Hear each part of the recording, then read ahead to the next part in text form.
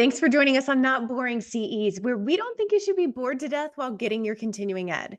Keep listening here, then hop over to notboringces.com to get all your online CE credits. All right, y'all, let's get to learning. Ann Robinson, pronouns she, her, is a licensed clinical social worker, teacher, supervisor, and super fun to be around. She has been working in the field of social work and public health since 2004 and is still going strong. Ann has expertise in trauma-informed care, supporting work with youth and their families, and navigating large systems like K-12 public schools, child welfare, and juvenile probationary systems. Ann lives for a good challenge and loves to consult on challenging cases and identify non-traditional supportive solutions. Ann is passionate about supporting clinicians in preserving their secret sauce and not burning out in the field. Ann has come close to cashing in her chips and working at a coffee shop too many times to underestimate the importance of having a life that is not consumed by your work. When not working, Ann can be found gardening, hanging with her friends and family, reading good or not good, escapist fiction, or watching live music in the summertime. Welcome, Ann. Welcome back to Not Boring CEs. I'm here with Ann Robinson, and we're going to be talking about adapting DBT skills for your practice. Thank you so much for being here, Ann. Yeah, I'm really excited to talk about this today. Yeah. What brought you to wanting to adapt DBT skills for folks? Why this topic? Yeah, I appreciate that. I think collectively in the community, we have a lot of hangups when it comes to behavioral models of therapy. Like you're in or you're out. So we have all in DBT, CBT, ACT therapists. And then we have folks that are like, I don't touch that with a 10-foot pole. I'm a trauma therapist, right? And I like to think as a generalist myself, right? I like to think that there are things that we can learn from all modalities, whether or not we need to take them all with us. That's not what I'm advocating, but I think being able to look at things critically and say, oh, this could really help my population is one of the best ways that we can ensure that we are being a trauma-informed clinician. I love that. So being able to just having a bigger toolbox. Yeah, 100%. Absolutely. Yeah. And I think when we think about DBT as a tool in fidelity, right? Where you've got people who are DBT certified, you're running groups, you're doing individual therapy, you've got coaching, you've got on-call support. That's really intense. It's also a bit top down and power over, which is, I think, is one of the reasons why people kind of bristle when they think about DBT, right? There's a lot of rules. There's a lot of stipulations for participation. And that's not necessarily what I'm advocating for. One, because that's going to take a ton of time and money and resource and effort and energy. And those aren't the kind of people that are watching this training, right? The people that are watching this training, I would imagine, are the people who are feeling like they're spinning their wheels with their clients. There are people that are wanting to dabble or maybe expand their toolbox a little bit because their clients are suffering. And that's painful to watch. And I think DBT skills can really help fill that hole for some clinicians and some clients who are looking for ways to build efficacy quickly and to support their clients in mastering a sense of autonomy, which I inherently think is super trauma-informed. Yes, absolutely. Agreed. Yeah. Awesome. And I think when we think about modalities like IFS or polyvagal theories, they're amazing and super cutting edge and really, I think, spearheading a new course of treatment when it comes to trauma therapy. But it also requires kind of a baseline assumption that our clients have some awareness of their bodies. They have some awareness of how to prevent further harm from happening and a certain level of introspection. Yes. Which our clients don't always come into therapy with, right? And I think one of the things that I really appreciate about DBT or the skills that DBT offers is that it equips folks to learn about the patterns in their relationships that perpetuate harm. And when we think about distress tolerance, which is one of the cornerstones of DBT, I like to think about that as a ways for my clients to tolerate the distress that comes with pattern disruption, because that's really challenging. Yeah, absolutely. And just thinking like you have to have a certain level of distress tolerance, like skills Yeah, to be able to handle some of what is going to come up in some of these other therapies. totally. Right. Like to do trauma therapy, you have to be able to pack things back up or Mhm. to recognize that like I can talk about this and I can feel really distressed or I might feel flooded. And I feel confidently that I have the skills to continue on with my day. Mhm. Yeah. And if we're not assessing for that in our treatment with our clients, we're doing them a really big disservice. Mhm.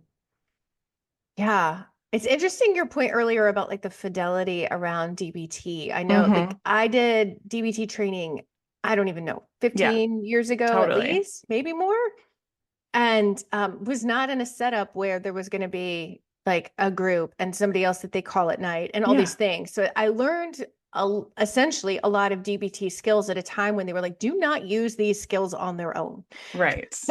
And so there was at that time, I don't know how it is now, but at that time there was a lot of like, this is not a cherry pick situation. This is an all in or Yeah, not. So I love that you're speaking to that because I don't get the impression from the DBT therapists I work with that it's that way in yeah, practice. yeah. Well, and yeah, I mean, I think there's some like analogies I could make to that that would probably upset people around like being all in or not all, and then like evolving into a more buffet option, Mm-hmm. right? Or a more like choose your own adventure experience. And I think that also comes with trusting ourselves, trusting our colleagues, trusting that we're getting support and consultation, and knowing that like I can't think of a single therapeutic modality that's like you have to do it this way or you're doing harm Hmm. in totality, right? Like there is inherently things to be learned from every aspect. I think there's Mm-hmm. harm in kind of if I were to say I'm a DBT therapist and someone would come to me expecting the like DBT treatment and Mm-hmm. I'm not certified and I'm not providing services to fidelity, like that's duplicitous and harmful. Mm-hmm. But if we're saying like I have a client who could really benefit from some mindfulness skills and I'm going to borrow some of the mindfulness skills in the DBT curriculum, I'm having a hard time understanding like how that could be harmful to Mm-hmm. clients. Yeah. I, as somebody who uses DBT skills in my therapy Yeah. sessions, I clearly don't think it's voluntary. I didn't listen. I did it first because I'm a rule follower. Yeah, But right. like It I feels didn't use scary. my DBT skills that I had learned from 2 trainings Totally. for years until I felt like, oh, all these people around me are using them and nobody is like getting in trouble, whatever that Right, looks right. like. Marshall Linehan hasn't shown up at anyone's house, Yeah. right? Yeah. I mean, Marcia would have all her distress tolerance skills and I'm sure would be very assertive. She would. She'd be really And clear around her expectations, mhm, and she would probably appreciate the scaffolding that's necessary for clients to access different skills. yes, absolutely. Absolutely. So so we're here. We're just going to be proponents of let's adapt some of these DBT skills Mhm. for your practice. For like you said, probably not a lot of diehard DBTers are listening to this. If you happen to be and you've got some feedback, let us know. Like I'm open to that. Just email us. Totally. Um, but let's start with like how to integrate skill building without being a behavioral therapist. Can we talk about some of the hows with that? Let's say you're a Yeah. somatic therapist. Totally. So if you're a somatic therapist and you're working with your clients around kind of noticing and naming feelings or sensations that are happening in your body, and you're noticing that clients are having a really hard time articulating what's happening and are having a big reaction to what's happening in their body, which I would imagine is like a very typical experience for someone who's building a new relationship with a client as a somatic therapist. I think this is a really beautiful opportunity for us to come in and say, okay, with this client, I want to continue to endorse or support them rebuilding connection with their body because I believe that is like one of a strong pathway to healing for this client. We'll continue with a bottom up strategy, which is, like body to mind, Mhm. and identify some skills from this curriculum that might be helpful. So these could be things like using cold water right? So I'm finding my client is really distressed and they're really struggling with articulating what's happening in their body. What would it feel like to add a cold compress? Mhm. Right? Would that offer them additional insight or a space to focus on a sensation that's maybe externalized, which would give them more bandwidth to focus on a sensation that's internalized? Mhm. I think that would probably be my first approach as a somatic therapist. Then I would continue to use tools from DBT around psychoeducation when we're talking about the difference between self-soothing and numbing, or self-soothing and distracting, or how can we find a home in our bodies or a space in our body that feels like home when we also have noise going on in our bodies that doesn't feel welcoming Mhm. or desired. Yeah, I love how this like seems to seamlessly go with it. Like it doesn't feel like something totally out of left field. Right. It's not like we have to call a timeout and we have to pull out our worksheets and we have to Right. start with wise mind, right? Like Uh-huh. we can find the appropriate dosing and intervention for the circumstance that's being presented to us. Hmm. And Yeah. I'm wondering too, like, what about somebody who might be more like top down, like maybe yeah, somebody who's typically more of a strict CBT therapist? How might they integrate DBT? yeah. So I think, I think about CBT and DBT as kind of like cousins of one Hmm. another, right? They're akin. I think that when we're looking at CBT interventions like cognitive reframing or cognitive restructuring of like thoughts that aren't helpful for us, we often get into power struggles with our clients when we're kind of like wanting to force this shift in belief and they're not ready. Hmm. And this is an analogy I use with people I supervise all the time of when we're thinking about interventions with our clients, I like to think about the game of Jenga, right? Hmm. So like the wood pieces that you stack on top of each other. And when you're playing Jenga, there's pieces that like go so easily, like you weren't even expecting them to just kind of be ready to rock and roll. And then there's other pieces where you're like, this makes logical sense. And I'm really having to force it, right? Hmm. I'm really having like, and it might topple the whole tower, even though it's a middle piece towards the bottom, Uh-huh. right? And I find if you're talking about being a CBT therapist or any kind of like top down intervention with a client and you're meeting resistance or you're meeting like someone's not able to use the introspection or self-reflection necessary for that intervention to be effective, that's an opportunity for us to get back into our bodies, Hmm. right? And so with that situation, I would be talking about slowing down and maybe integrating some mindfulness. So, like noticing what's around me. This would also be like a great opportunity to talk about wise mind, right? When we're meeting that resistance and we're having someone saying, no, it's not possible, I can't do that. That's a really cool opportunity for us to say, like, is that a feeling or is that a fact? Like, what are we working with here? What is Hmm. your logical brain working or is your emotional brain working? Because typically when we have a hard stop on something, it's generally our emotional brain. Hmm. Yeah. It's interesting how and how that's also like rooted in the body and how it all like it's also cyclical, Totally. right? Yes. And how having an understanding of different modalities, like you can have your primary modality you use, but having 100%. a good understanding, because I went to grad school and was kind of trained up way before EMDR or Yeah. somatic work. Like it was um that came along much later where I lived. It was probably like a big deal already in California, but where Sure. I lived and where I studied, it was not known. And so how just like vital it is to stay abreast of some of the newer things coming out. Whether Yeah. or not they ever become your primary, it just all helps us understand the mind a bit more and the body and how they interact. Yeah. And I think that's like a new and exciting way to approach continuing education too. That's not necessarily certificate based, Hmm. right? So if we're dabbling in some of these CEs, or if we're listening to podcasts or we're participating in consult groups, it gives us a chance to think about, process, get curious about different things without needing to kind of go all in, both financially, emotionally, psychologically. And like, I'm going to, throw 20 grand into becoming an expert in this modality that I think is going to be really aligned. Mm-hmm. Absolutely.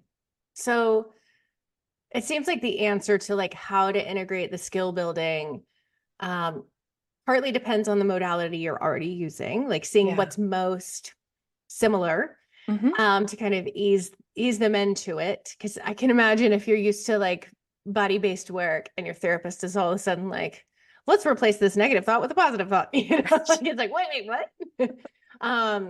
Or if you do a lot of more top-down work to be like, I want you to hold on to some ice, like and be Totally. like, I'm sorry, what? Totally. So Yes. making it more accessible to your client by going with what's closest to what they're accustomed to with you. Yes. Um, and then potentially like branching out from there. Mm-hmm. What about like scaffolding your therapeutic care while being trauma informed? Yeah. Yeah. So I think that case conceptualization is so underrated, right? And like we aren't often afforded the time or the structure or the encouragement to really conceptualize our clients and where they're at. We do a lot of like feeling it out, trying new things, seeing what sticks, seeing what doesn't. But if we're really thinking about like where is my client? How do they orient to the world? How do they see their relationships? Do they see or share the same hopes and dreams for their life that I do? And if we spend a little bit of time just getting curious about those things, or like essentially journaling about them in process notes, it gives us a really clear it gives us a lot of clarity in where some of the skills gaps are for our clients, Mm-hmm. right? Like I tend to work with a lot of adult women who experience a lot of anxiety, also have ADHD, and feel like totally paralyzed by this idea that they could be doing so much more. Mm-hmm. Right. And they don't really know what that much more is, but it feels like I'm holding myself back and I don't know how and I don't know why. Mm-hmm. Right. And Yeah. I could just come in hot with a like, let's check the facts on that. Is that true? Right. But that's not what they're speaking to. They're not speaking to the reality of the situation. They're speaking to the hurt that it feels to feel like they can't show up in spaces and places where they want to be. Mm-hmm. And communicate well as to like what they bring to that space. Yeah. And things like check the facts, while I'm not going to, which is another DBT skill, I'm not going to just throw that out in like, what your experience is invalid. Let's check the facts on that. Mm-hmm. But as maybe like a homework assignment for a client on when you've got your ticker tape like running in your mind constantly of all the ways that you've failed, maybe that's a really good time to say like, is that true? Is that accurate in this situation? Right. And then by even just getting like curious or inquiring about that, it opens up so much more opportunity to get really deep in like, why do I keep this ticker tape running in my mind of all the Mm-hmm. spaces and places where I failed myself and others? Whereas in like DBT to fidelity, the idea of checking the facts is saying like, what the assumptions we're walking into the space about other people are incorrect Mm-hmm. and they're causing me suffering and I need to stop them now. Mm-hmm. Right. It's a little bit more like cut and dry, clear. And these are entry points, I think, sometimes for folks to say, like, oh, like that hadn't occurred to me to be curious as to why I feel this way Mm-hmm. or think this way. Yeah, thinking about like the conceptualization piece and how that's something we, especially like, well, I think no matter what setting you're in, whether you're Yeah, in an agency or you're in private practice, it's really easy to just kind of skip that part. totally. And how much we end up missing as Mm-hmm, a result. mm-hmm. And I know like you're a sought after supervisor, you help therapists become better therapists. Like Yeah, I'm guessing this is a big piece of what you promote in your work with people. it is. And I recognize that sometimes it feels like a luxury and it feels like something that if I'm not taking good care of myself as a clinician, it's the easiest thing to skip, right? Because Mhm. no one's ever going to audit me for not Mhm. having a clear concept, like case conceptualization on file. Right. It's like a bonus. But I think it is one of the things that draws us to spaces like private practice is like, I want to be able to do that, Mhm. right? I want Yeah. to like have the time, effort, energy, creativity to think about and get curious about my clients and not just like show up to session and let the tail wag the dog and talk Mhm. about what happened in their work meeting yesterday, Mhm. right? Yeah. Yeah. Which is what we end up doing when we have caseloads that are too full or modalities that feel too rigid or spaces where we're not able to like really show up with intention. Mhm. Yeah, it's interesting how we all want to be great therapists. I don't think there's Yeah, anybody who's like, no. I'm cool. I want to just be mediocre. I want to make like a minimal impact on the people that Right. I And I take just care don't of. want to get sued. That's my only goal right Right. now. Right. I don't think that there's, I mean, I don't know. Maybe there's somebody out there, but I don't know them. I doubt it. Um, and there are ways that we can like reach our goals of being Yeah. better and better Yeah. and do more effective work. Yeah. And sometimes they're hard to rally for.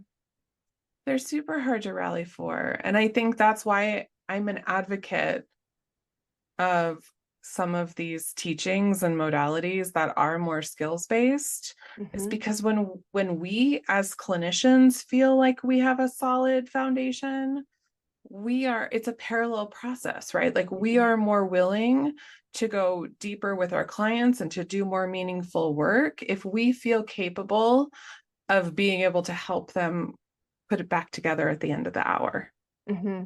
right? If we don't trust that our skills are there, we're going to really be afraid to dig deep.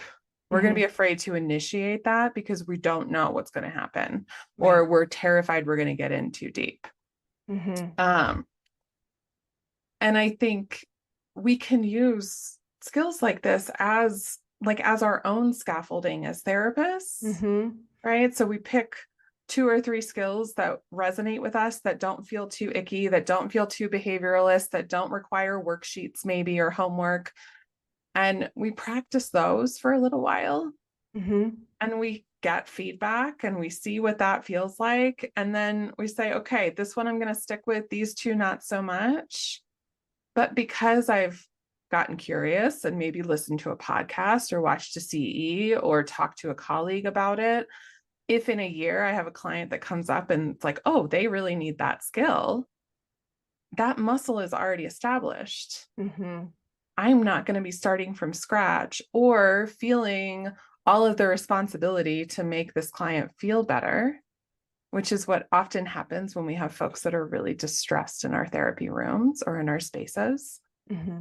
And it offers the opportunity for a little bit of shared responsibility in that. Yeah.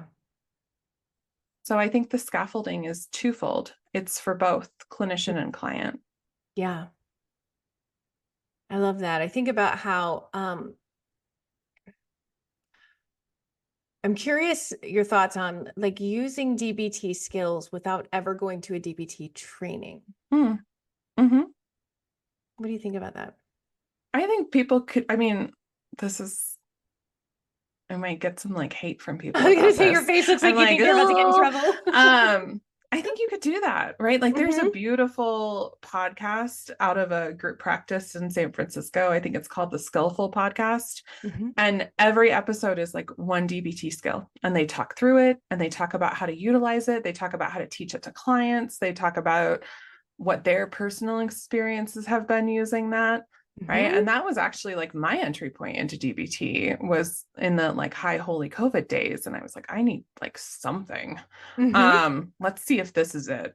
And was like, oh, this is like practical, contained, reasonable. I can like try this today and Mhm. see how it goes. Um, it doesn't have to be like super consequential. So I think learning about these skills in whatever venue is the best style that you learn them and trying to implement is totally reasonable, in Yeah. my opinion. I think there's an interesting thing around like the fidelity crew, Yeah, with like the importance of understanding the underpinnings, which I do yeah, believe for a lot of modalities is agreed. important, but it's also not like DBT made up mindfulness or ACT DBT, made up right, mindfulness or like, right. like these are some shared ideas in the zeitgeist that like therapy latched onto. That's right. That's right. And I think DBT, for folks that don't know the origin story, DBT was built for folks that presented with borderline qualities. So we're talking about high risk, highly suicidal, highly volatile folks that are really suffering. And this was an intervention, and that's part of why it's intended to be so intensive, is it's to maintain community placement and to keep these folks out of hospitalization or Mhm. keep them from dying. And if that's not the population you're working with, we don't need, like, that would be an inappropriate response if you're working with the worried well. Mhm. And folks that fall into the worried well category still need skills, Mhm. right? We talked about this in one of my supervision groups where we were talking about DBT skills and in one of our topics. And one of the therapists in the group like loves DBT. Mhm. Like I had no idea. She's like, it taught me how to human when I was a teenager. Oh, Right. And like, how yeah. sweet is that? Yeah. And I think it resonates for some people. Mhm. And also, I do believe, again, if you're not part of the identified population that this was originally targeted for, we Mhm. can afford a little bit of adaptation. Yeah. I love that perspective. I feel like that gives more permission than just us being like, yeah, it's fine. Right. But to be like, that fidelity was there for a reason. And Yes. it's because the patients or the clients it was created for needed that level of Yes. care. Yes. And I think Hmm. folks that are continuing to provide DBT to Fidelity, that's the population that they're continuing to serve, are Hmm. folks that are really struggling and suffering to maintain in the community or in their relationships. Hmm. Yeah. And I mean, like your supervisee. I mean, when I was first trained in DBT, I was like, I'm going to use that. I'm going to use that. Like there's so 100%. many brilliant nuggets in DBT that though, I was trained as that like, this is for borderlines was kind of the Yeah. like Yeah. late or early aughts Yeah. thing. Yeah. But I was like, I'm going to steal some of this for myself. And I 100%. don't think I'm borderline, but it sounds good to me. Right. And I think just like everything else that started with a very specific population. So in talk about DBT, we can talk about motivational interviewing, we can talk about EMDR. Like these were developed with a specific and acute population in mind. Mhm. And what we've found in the past 20 or 30 years is that it's still effective, even if you don't have CPTSD. You can still benefit from things like EMDR. You Yeah. can still benefit from DBT if you don't have a personality disorder. You Mhm. can still benefit from motivational interviewing if you're not struggling with substance use disorder. Hmm. Yep. It's like off-label drugs, right? It's the generic version of DBT. There we go. The patent is up, and now Uh-huh. we're going to use it as a generic. Yeah. And thank God, like it's Thank God. so Yeah, many people because we don't have to hold like to kind of like save these modalities just for these clients, totally. be for everyone. Yeah, Yeah. and even just recently, I was exposed to DBT or Marsha Linehan's team. It's like the Marvel universe, right? The Uh-huh. like the DBT universe. They have like a suicide assessment protocol called the L ramp, which is beautiful. Like, I know so many therapists struggle with having meaningful safety plans with their clients. Yeah. Right. And like, how do I do a safety plan that's not a contract, that supports my client in a meaningful way, that shows up in spaces that are like dynamic, that they can take with them across domains? And stumbling across the L ramp was like, oh, this is that.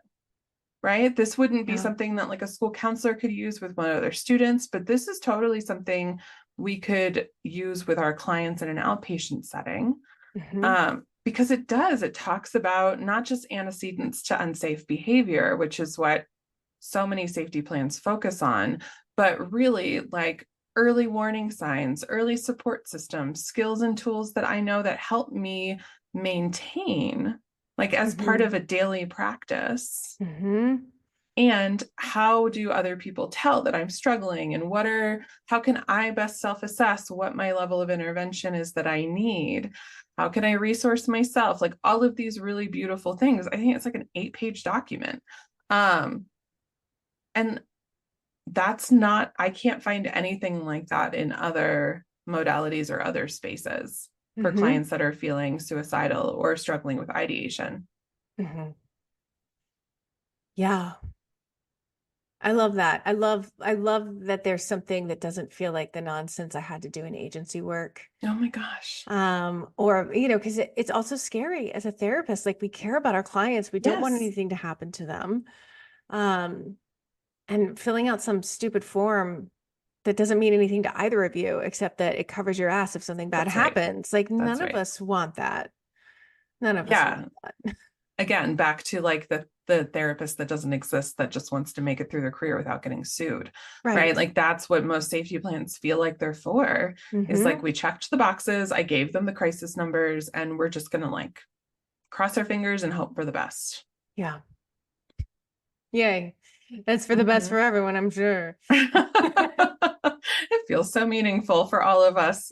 And so, yeah, I share those resources. And again, like there's some good stuff to take from this modality if folks are willing to be curious about it, right? If they're willing to like dip their toes in, or just like look at it from a critical perspective of in what space and place can a client of mine benefit from something like this.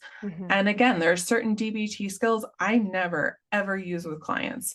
One, because it's not my style. Two, because I haven't been confronted with a situation where like it was appropriate or necessary. And I'm not like DBT certified. Right? Like I don't necessarily need to have mastery in all of these skills in order to help my clients. And I think that's the perspective I'm hoping to help newer clinicians, or clinicians no matter what their stage is, in feeling on like, we don't have to have level 2, level 3 certifications and things before we can try. Yes, I love that. Because it's how we gatekeep in our practices. It is. It is.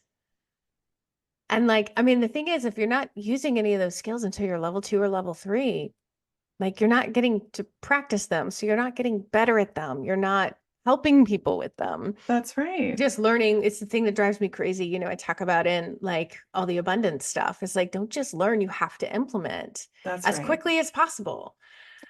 Yeah. And I would say that, again, a parallel process for our clients, right? So there's an assessment I used to use in agency work, and it was a resiliency scale for adolescents.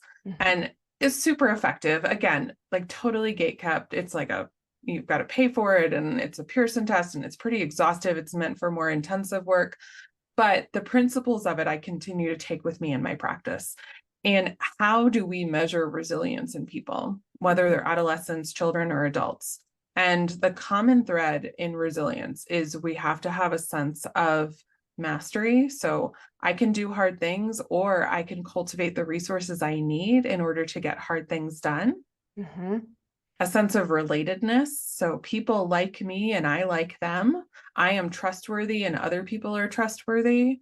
And my reactivity needs to feel contained. So when things don't go my way, it doesn't cause like bigger, deeper, higher consequences in my life. I'm not getting fired. I'm not getting kicked out of school. I'm not, like breaking windows. I'm able to manage my response to things that are hard in my life. Mm-hmm. And that is so formulaic for people in the like, oh, well, I've got like mastery and I've got my reactivity is fine. So this gives me a chance to focus on my relationships. Mm-hmm. Right. And when we approach, that's again another tool for conceptualization. Like, where would I assess my client in those domains of functioning? Where would my client assess themselves in those domains of functioning?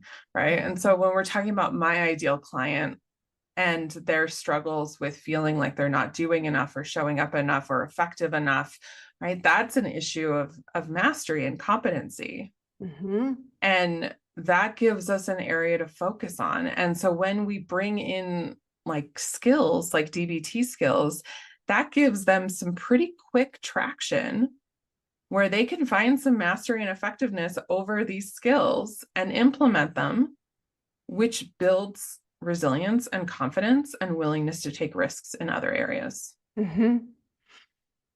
I love that. Yeah. So like, let's talk about how to pick and choose Yeah, from a curriculum-based modality without feeling like we have to use all of it or without feeling like we have to do it in a particular order or whatever. totally. So with DBT, right, there's typically like 4 big areas of learning. So we start with like a short section on mindfulness skills where we talk about what they are, how to use them. This is where my wise mind shows up.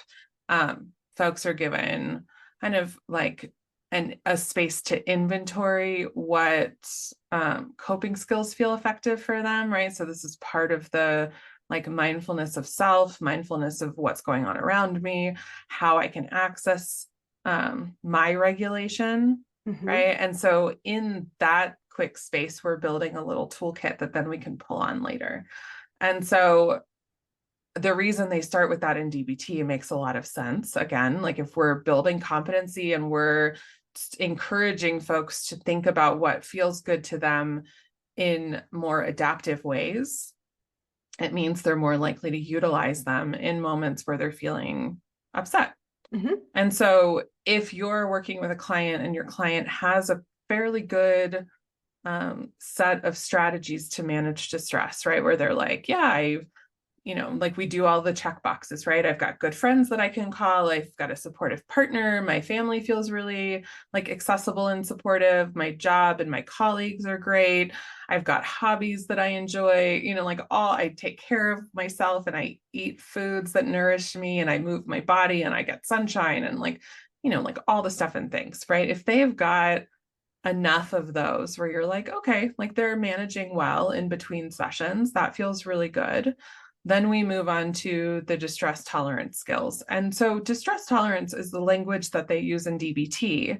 This also is like a window of tolerance, window of capacity. These are things that you see replicated in polyvagal theory, in IFS, in all sorts of trauma-informed conversations. Mm-hmm. And we're looking at helping our clients better understand where their window of capacity is and what their spaces in hypo and hyper arousal look like, Mm-hmm. right? And so when we say distress tolerance, I bristle. I can only speak for myself in that we are inviting or encouraging our clients to tolerate things that maybe aren't intended to be tolerable. Mm-hmm. Right? We're saying like the problem is you. It's Mm-hmm. not the circumstance. It's not the relationship. It's not your trauma. It's not what's happened to you. It's the fact that you can't deal with it the way that you need to deal with it. And I still bristle with that. Like, I don't think that that's necessarily a helpful orientation. And like I said at the beginning of our conversation, if we look at distress tolerance as like, how do I tolerate dynamic shifting in my relationships? Mm-hmm. Right? Like, how do I tolerate the discomfort that comes with the unknown when I'm trying something new in my life? Whether it's therapy, whether it's a new activity, a new relationship, a new job, like they can be totally positive things that we want and we're working for, and there can be an element of distress when they're happening. Mm-hmm. Yeah. And so that set of skills where we're talking about, I mean, these are some of the more like famous things thanks to Tara Brach, right? This is where like radical acceptance lives. This is also where we use kind of like cold stimulation, like cold water, right? Which is now like super in vogue when we're talking about like all the cold plungers, right? This is also where we're talking about like doing body scans or paired muscle relaxation, like stuff that exists in plenty of other modalities as a way for folks to feel empowered on this is how I keep my window of capacity where it needs to be, or I can expand my window of capacity by resourcing myself really well. Yeah.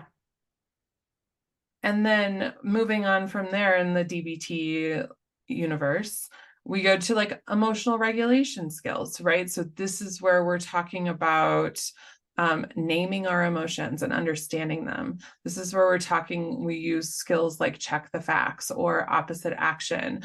These are when we have a little bit more nuance and also a little bit more effectiveness in like, I've done all these other things and I know that I can do them.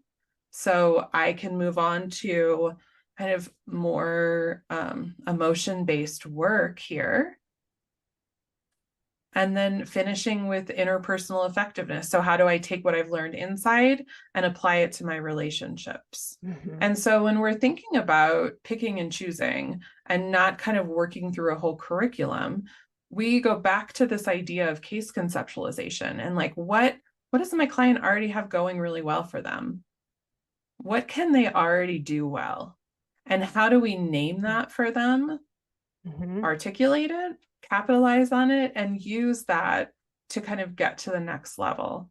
And so if you're, working with a client that, has really good emotional regulation skills, they have really good distress tolerance skills, they're really got like an active mindfulness practice, there's a lot of self-awareness, but they're really struggling with emotion identification, which feels like counterintuitive and confusing.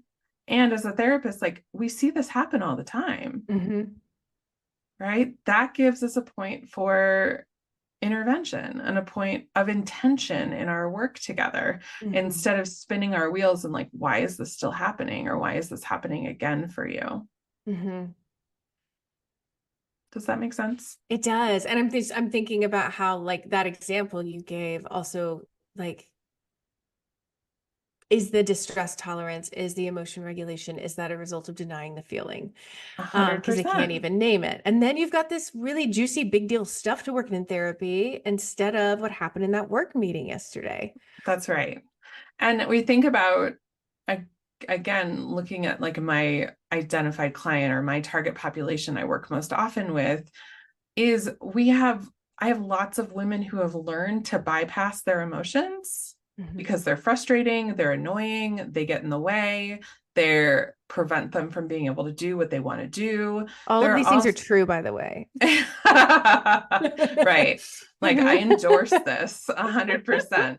They're so annoying. No, but they are so annoying, but we've been conditioned, I think, in a lot of ways to see emotion identification as being a weakness, right? And something that people do because they don't know how to not do it, right? They can't help themselves. And if we can elevate this idea that being able to name and feel your feelings is actually like not just something that we support elementary school students in doing, but something that we support like all humans in doing, it makes some of this other work a lot easier. Yeah. And how like I'm so glad for the kids in school now where that's like a part of the curriculum. Totally. Versus when I was growing up, like we didn't talk about feelings. No. That wasn't a thing. Do you think that that's preparing this younger generation, or do you think they'll get like just as much difficulty in naming them as an adult because they'll have gone through the hardships and dealt with the emotion dysregulation in whatever ways they deal with them?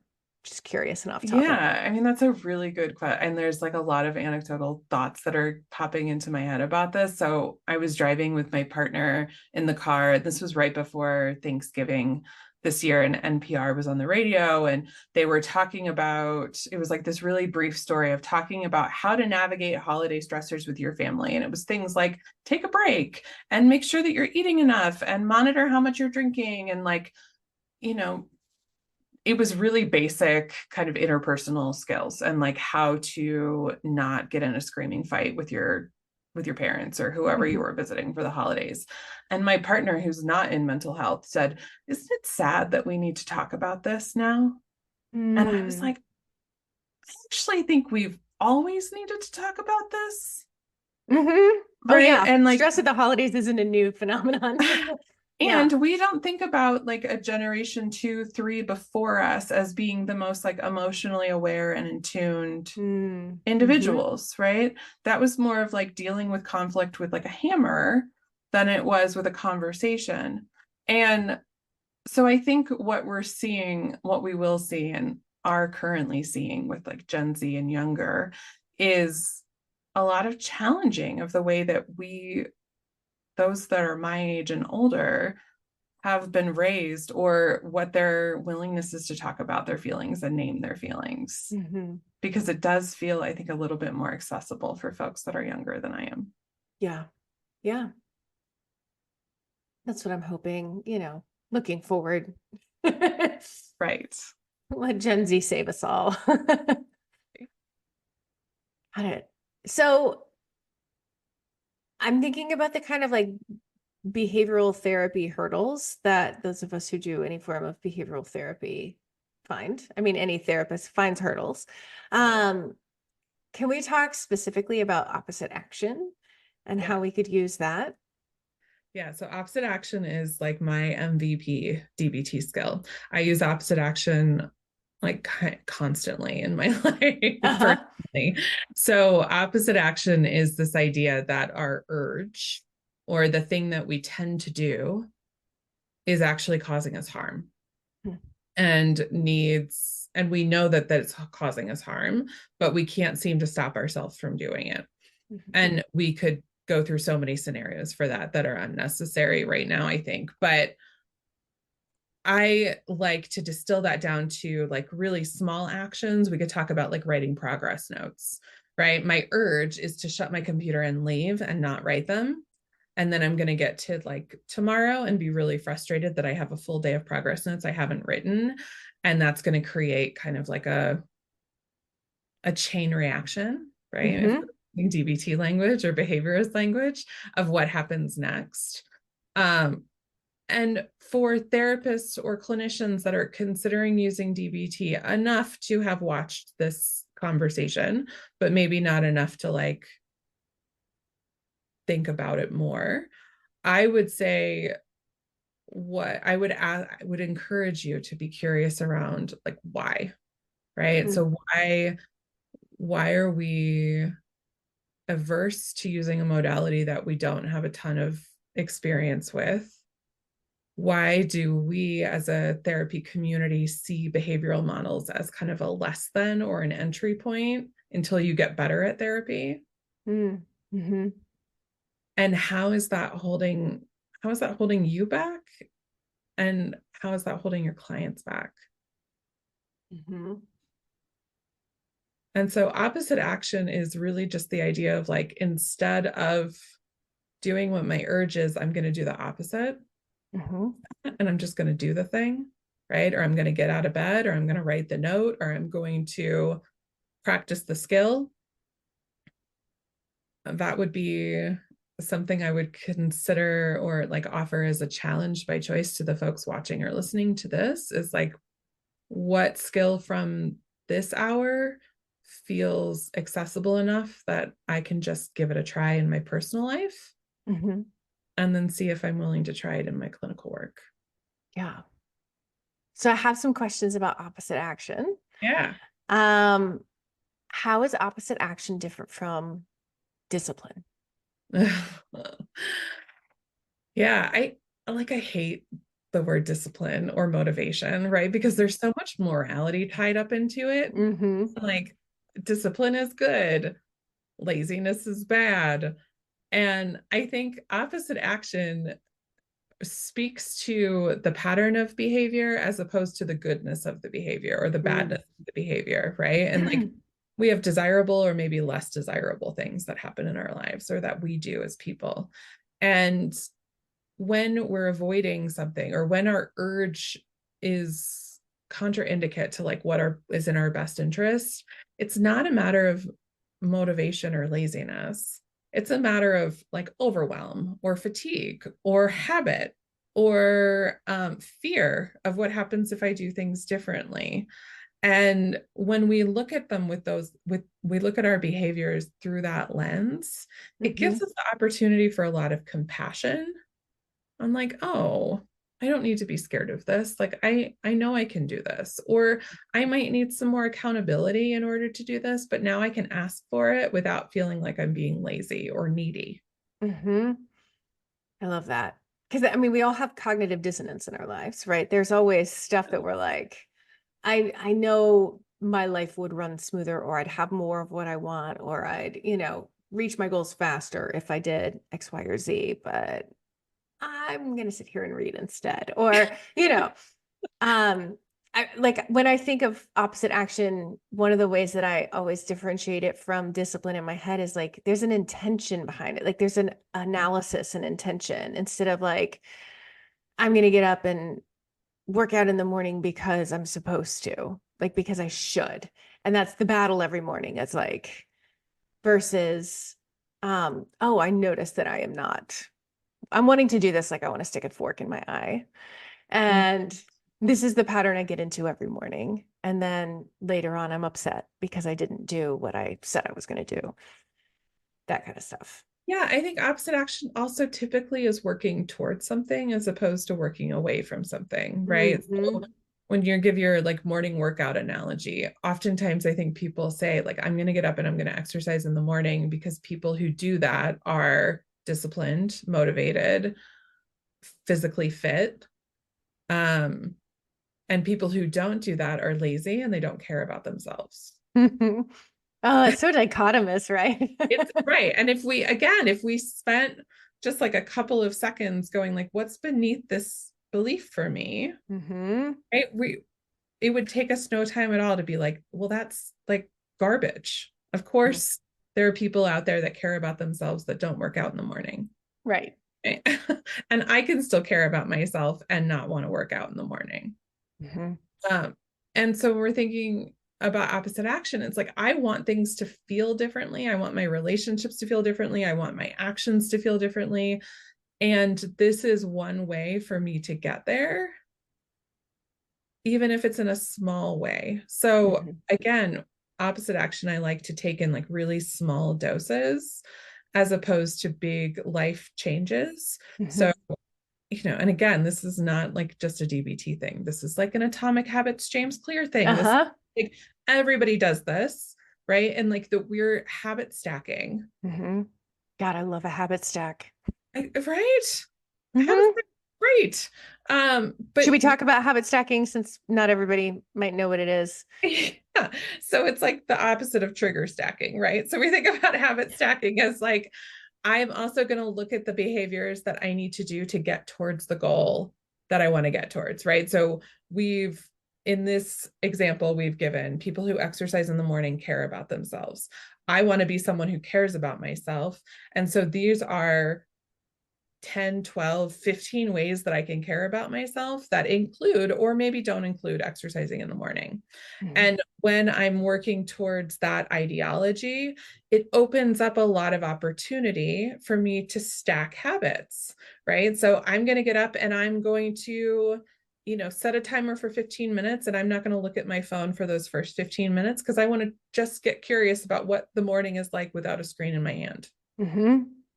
And that's an act of self-love this morning. Yeah. So it's like doing something, one of the things that a habit stacker thing before I even knew the term, something my clients who are like, I always forget to take my medicine. I'll be like, Well, be honest with me. Like, how good are you at brushing your teeth in the morning? Is that something you remember every morning? Yeah. Yeah. I want you to rubber band your pills to your toothbrush. Done. Yeah. Put them right next to your toothbrush, right? Uh-huh. Like something that you're already doing that's part of your daily routine. What can we tack on to that? That's also part of your goals that's aligned with your best interest. Yeah. Yeah. Trying to make a change for most of us, even though like I'm pretty good at just like checking a box, like getting Yeah. things done. Yeah. Um, but trying to make a change in like a vacuum of nothing. Like Mm-hmm. me doing something I don't want to do in the middle of the day on a Saturday is much less likely to happen than me doing something I need to do but don't really want to do on my way home from work. Totally. Like I don't want to go to the grocery store in the middle of a Saturday, but I'll hit it up on the way home from work, just pick up the groceries and go. While I'm already out. Yeah. Yeah. And so instead of like making a morality statement about the people who get their groceries on Saturday and enjoy shopping and bring their children with them and like all the stories we tell ourselves about what people and good parents do. Uh-huh. What if we just focused on like getting the thing done? Yeah, exactly. Yeah, because all this story and the raking yourselves over the coals and all that kind of thing, like that spends our energy and our time and Yeah. demotivates us further. Right. Like if you're already a piece of shit, why do anything? Like if you beat yourself It's up hard hopeless. enough. Yeah. Right. Like I'm a hopeless case. There's nothing convincing me that I'm not going to be a piece of shit. And so why don't we start with like really small, simple things that feel like quick and easy wins? Mm-hmm. I love that. Yeah. Yeah. Okay. So I'm curious also about opposite action. Yeah. Um, for our folks who are neurodivergent. Yeah. I mentioned like I'm great at checking a box. I'm pretty neurotypical. And I recognize that that's a privilege I have in terms of getting things done. It's much easier for me to get a thing done than a lot of the people I love with neurotypicalities. So how does this play out? Because I know you mentioned you work with a lot of women with ADHD. How does this play out for them in more of like a values aligned choice that they're making instead of a box they have to check? Yeah, definitely. That's a great question. So there's another tool that I like to use with my clients, and I need to come up with like a sexier name than this, but it's really like an energy-based routine. So I make 3 columns, and in the first column, we've got 1 plus sign, which indicates kind of lower energy. Middle column, we've got 2 plus signs, which indicates like a moderate level of energy or a sustainable level of energy. And our far right column, we have 3 plus signs, which indicates kind of like a high energy or a high motivation day.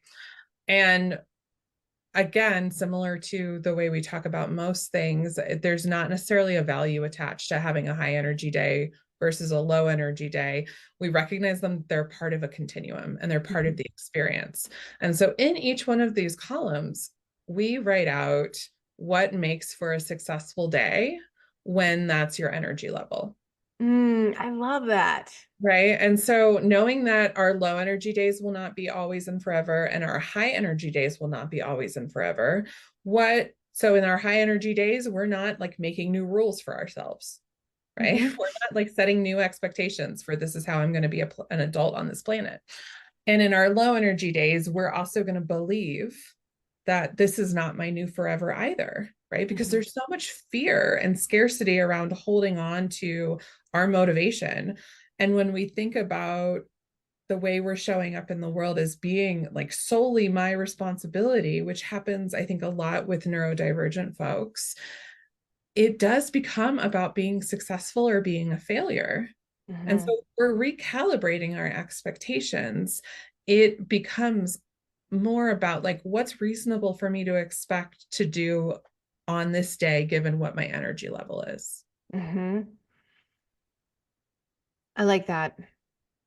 Because then you're not setting up these expectations that you're going to fail because you don't have the energy for it. Yeah, being responsive as opposed to reactive.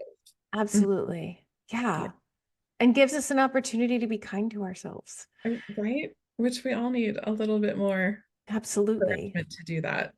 Yeah. So I think for folks that are neurodivergent, taking it away from like the task based checking off the list, because again, failure to do so is kind of like a failure of self, neurodivergent. But really more about like, let's get reasonable around expectations for myself today. What feels reasonable? And there might be some frustration with that, but that's actually the opposite action in this scenario, right? The opposite action is to not berate myself and to say, like, I'm doing the best I can. Yeah. Okay, I like that a lot because I'm picturing, you know, like, I mean, most of the people I love in my life are not neurotypical. So I'm just imagining each of them and like, because my neurotypical ass is like, oh, well, I've just got to do 37 things and check them all off and like no big deal. And so I've been really lucky to have so many people in my life that help me realize like there are more ways to do things than the way I do them. Because I can be a little headstrong. Imagine that.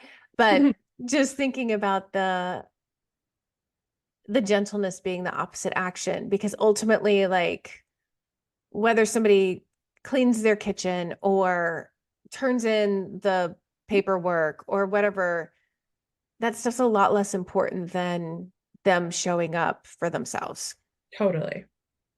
Yeah. And knowing like the urge of berating myself or shaming myself, or we like to think that those are motivators, but they're not. Like no one ever actually makes big change because they've shamed themselves so much into making the change. Yeah. And so knowing that's the urge that I typically do in this situation, what's my opposite action? I need more help today than I want. Yeah, I love that. And yeah, your point of, you know, we've never shamed ourselves into action as a group of people. I mean, working in the eating disorder field, I certainly see that all the time too. If shaming yourself made you lose weight. They would been so hard. Yeah. Yeah, absolutely. Yeah, I mean, same with like substance use disorders, like so many things. Like when we look at things as a matter of willpower, motivation, determination, self-discipline, we're setting ourselves up for failure. And yet there are things that it's like we're doomed from the start because these are things we put more weight on than the things that are more important, like as a culture. Yes. And so I think, you know, to bring it home, I think that's part of what the intention of with DBT is to say, like, this is what you have control over. Let's exercise control where we can. Yeah. Which is also inherently trauma informed. There we go. Yeah, absolutely. And also realistic because DBT isn't giving the impression that you have power over things you actually don't. No. Like that's all our own stuff. Some of us love to think we have more power over external things than we do.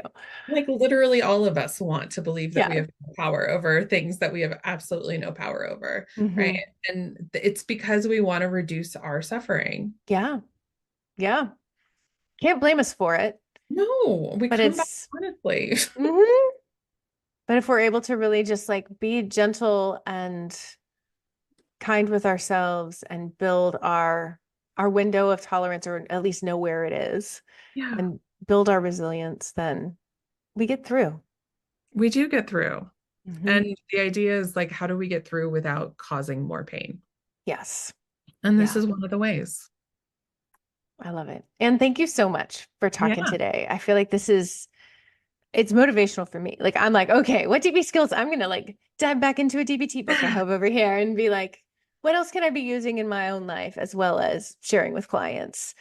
Since I don't need to hold fidelity to the model. Right. I really don't, not with my population. So awesome. Well, thank you, Anne. Yeah. Thank you. I hope that broadened your clinical horizons.